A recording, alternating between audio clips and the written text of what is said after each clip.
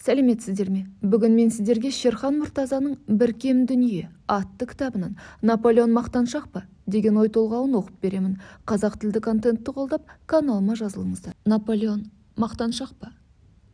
Құдай қанша жасаса, менің есімім де сонша жасайды, депті Наполеон бірінші. Наполеон үстіңгі ернімен көк тіреп, астыңғы ернімен жер тіреп, даңқ әлемді тітірентіп тұрғанда, қызғырып қалғандай, Жозефина деген жесір әйелге үйленіпті.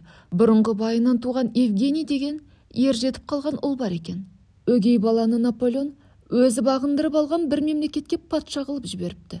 Өгей бала: «Әке, мені қол астындағылар тегіс жақсы көреді», деп Наполеонға хат жазыпты. Сонда Наполеон: балақай, онда патшалығының жолы болмаған екен, депті дейді. Сөйткен Бонапарт Ватерлоо деген жерде ағылшындардан күйрей жеңіліп, қолға түсіп, қасиетті елен аттар алды тұтқында тұрып, рак ауруына ұшырайды.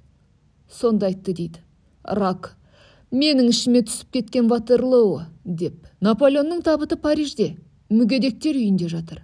Оны көру үшін еңкейіп, құдықтың түбіне үңілуің керек. Өлгеннен кейін де адамдарға бас идіріп қойған ғой. Құдай қанша жасаса, менің де есімімде сонша жасайды дегені осы ма? Сірә данышпан шығар, қайтсе де бір кем дүние.